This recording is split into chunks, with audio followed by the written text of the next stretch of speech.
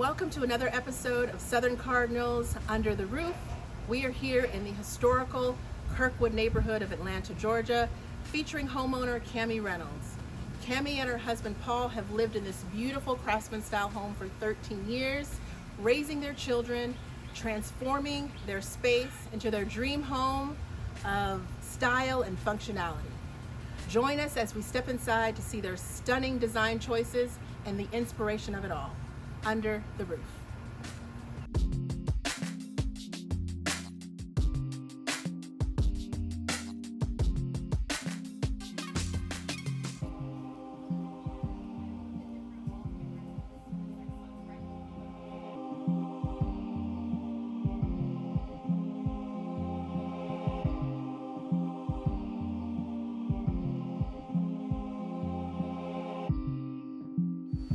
Hi, my name is Cami Reynolds. This is Southern Cardinals Under the Roof. So we've been in this house for 13 years and we've done little changes over the years, starting with some built-ins around our fireplace. The second big project we did was actually this screened-in porch. This used to be an exposed wooden deck. And then the biggest renovation we did was a few years ago, completely gutting our kitchen and kind of changing the whole layout of our kitchen and dining room area.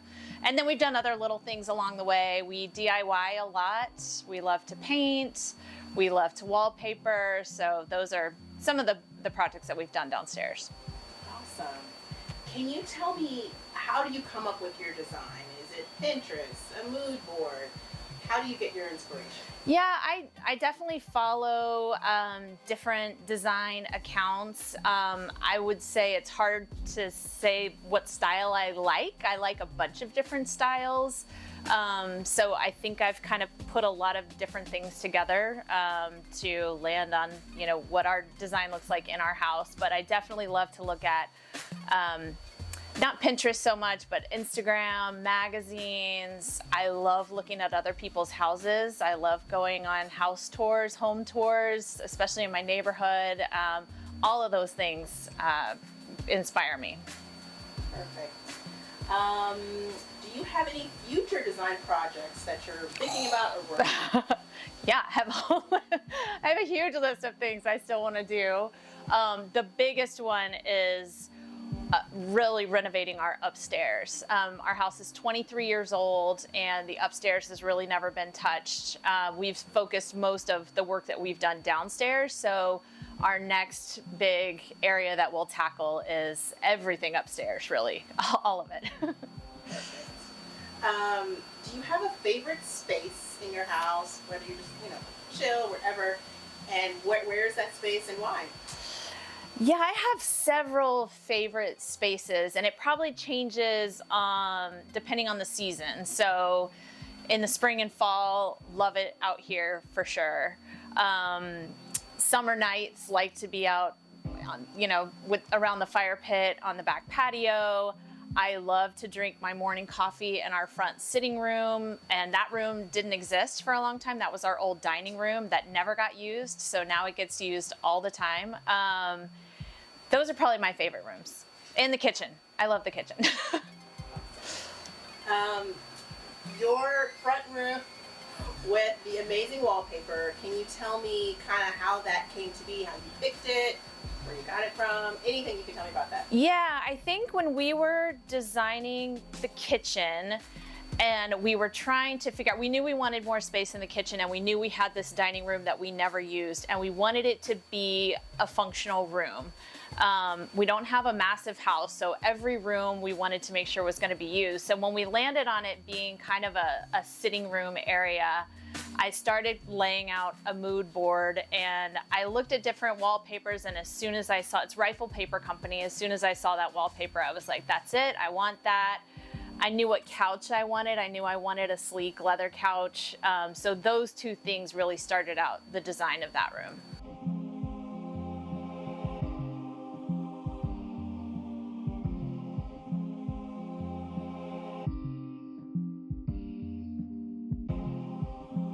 Yeah, when we first moved into this house, this opening was actually a lot wider and there were no doors, there was no transom, and same thing on the other side. So, and there were no built-ins. So it was just kind of a big empty space that was really open to the rest of the house.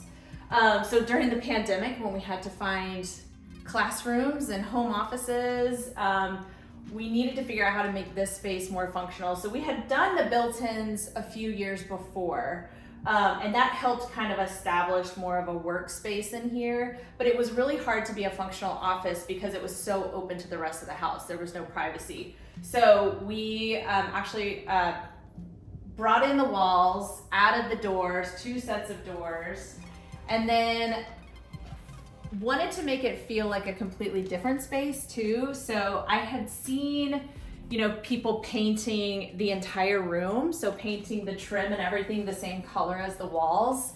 And I think the kitchen cabinets being blue helped me get over the fear of adding color to the house. And so went bold in here, picked out this blue color and decided to put it everywhere. And I love it, I love it, I love it. It feels like a little kind of a cave in here, but it's still warm. Really functional. This is just a dining table that I think we got off Amazon. Didn't find an actual desk because we had so much storage in the built-ins. So yeah, this is where I work, and then we created a little reading nook over here. So this is the dog's favorite place to sit in the corner. And then just filled it with, you know, books and knickknacks and things on all the shelves. But this is definitely a room I like to be in. Okay, so Cami, you have amazing decor items, your artwork, your finds. Can you tell me a little bit about the inspiration and where you find them, how you find them, where you place them, things like that? Yes. You know, it's expensive to try and buy things for your house, I feel like, at the store. So I like to, I've really gotten into going to estate sales. I love them. I've gotten some furniture there. Our dining room table is from an estate sale, chairs from Facebook Marketplace. I like using my kids' art up on the walls. That's completely free artwork. You just put it in a frame and it looks nice. And just little knick-knacky things that I probably wouldn't buy at a store, but at an estate sale, you can usually find them for really cheap, like my little ducky here. And they're just fun and quirky and different. It's not something that a lot of the things that you find are things that you wouldn't find out in a store right now. So I like that about, you know, going to Goodwill and finding random stuff, or going to estate sales, but then also using, you know, a friend gave me a greeting card and I really loved the front of the greeting card, so I just framed that. You know, just kind of finding inspiration from random places, than always going to a store or going to a gallery or something to fill your home, because that can get super pricey. Yeah, so Marilyn Monroe, actually this is probably one of the first prints I bought, and I think this is before I was estate selling. I bought it on just some random art site, just a cheap, you know, print. But my husband really loves Marilyn Monroe, so I thought he would like it and think it's fun, and I liked kind of the funkiness of it. I don't even know what style it is, but this actually used to hang in our bathroom, and when we redid the bathroom, I brought it out here. And that also, in addition to the wallpaper and the couch, helped kind of inspire the design of this room being a little bit more mid-century in feel, even though the rest of my house is a bunch of different types of styles. This room especially has that kind of feel to it with the bar cart. So Marilyn was the inspiration for that. This may be my favorite room. I didn't think about it when you asked me. I mean, you don't want your favorite room to be the bathroom, but and this room, just like the rest of our houses, has had multiple iterations. So it's evolved, and now where it is, I love it. So this used to just be completely gray wall, nothing else in here. So a few years ago, my husband added the wainscoting, is that what it's called? Board and batten. And we painted that white, so it kind of gave some separation in color between the gray. And then I got tired of those colors, and I thought that this room could be more fun than what it was. So I found this color, I think it's called Raspberry Beret, something like that, from Binge Bryn Mawr. It was their color of the year in like 2022 or 2023, and I loved it. So I painted this, and then I got probably 8 or 9 different wallpaper samples from different companies and taped them all up over the wall.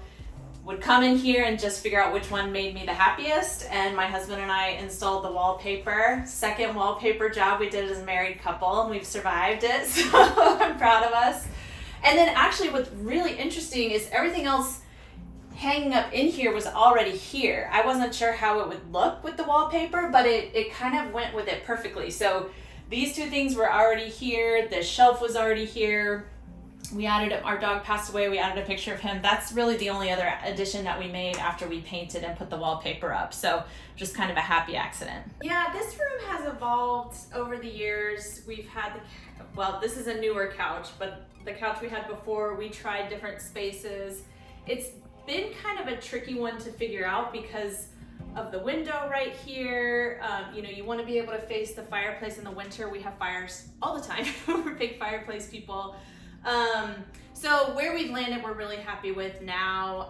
I would say the colors, and this was even for the kitchen. We've had this painting for a while by an artist named Teal Duncan, and pretty much all throughout the house, whenever I've decided on a color for something, I look to this painting, and it has a bunch of colors in it, which is great. But if I look around my house, a lot of it is the colors that are in this painting. So the pillows and you know, stuff I decide to put on the shelves. But this is where we spend, I mean, outside of the kitchen, this is where we are all the time. We pile on the couch, the dogs are on the couch. When kids come over, they hang out in here. So this is where we spend most of our time. And then we actually just added this sideboard not long ago to kind of break up. When you have one big space, it's hard to figure out, you know, how to make a defined space. So we added the sideboard both because we needed extra storage for, you know, extra plates and seasonal things, but it also then kind of created a separation between the dining area and the living area, which we didn't have before. So once we added that, we felt a lot better that it really finished off this room. Yeah, this was definitely the biggest project we took on, and I love it. Love it, love it, love it. Worth every penny, all the time and inconvenience. So this kitchen was a lot smaller. Our dining room was across, and it was the same size as the kitchen. So a room we used twice a year was the same size as a room we used every single day. So we knew that that didn't work for us. So we opened it up, we added an island. There wasn't an island in our kitchen before. And the nice thing about when you completely kind of gut and start over is you can be really thoughtful about every single space. And where am I gonna turn to unload the dishwasher? Where am I gonna turn to cook? What's gonna be easy to grab? So we really were able to be thoughtful about how to design each of the drawers, and it's just made this kitchen super functional. We now love to cook. I would say before we didn't cook as much. My husband makes sourdough bread, so he's in here all the time. My daughter loves to bake. She actually has her own dedicated drawer for all of her cooking stuff, so she has one place to go. We love to have people over. This is where in the morning the kids sit and eat breakfast. We usually eat dinner at the table, but this is in the morning where everybody just kind of hangs. So we're thrilled with how it turned out. It was really scary. The process is very scary because you can't see it all come together until it comes all together. So you have to kind of hope and pray that you made the right decisions and the right choices. It'll keep you up at night, but we were really happy with how it turned out, and it's so functional for us. We're thrilled. And it really, oh yeah, I will add, it kickstarted, I mean, once we made, you'll hear about mission creep with projects and stuff in a home. I would say the kitchen renovation really sparked us wanting to look at the rest of the house because it looked so new and so nice that it really changed how we looked at everything else in the house and how we might bring the rest of the house up to the new kitchen. And so that kind of sparked everything else in our house.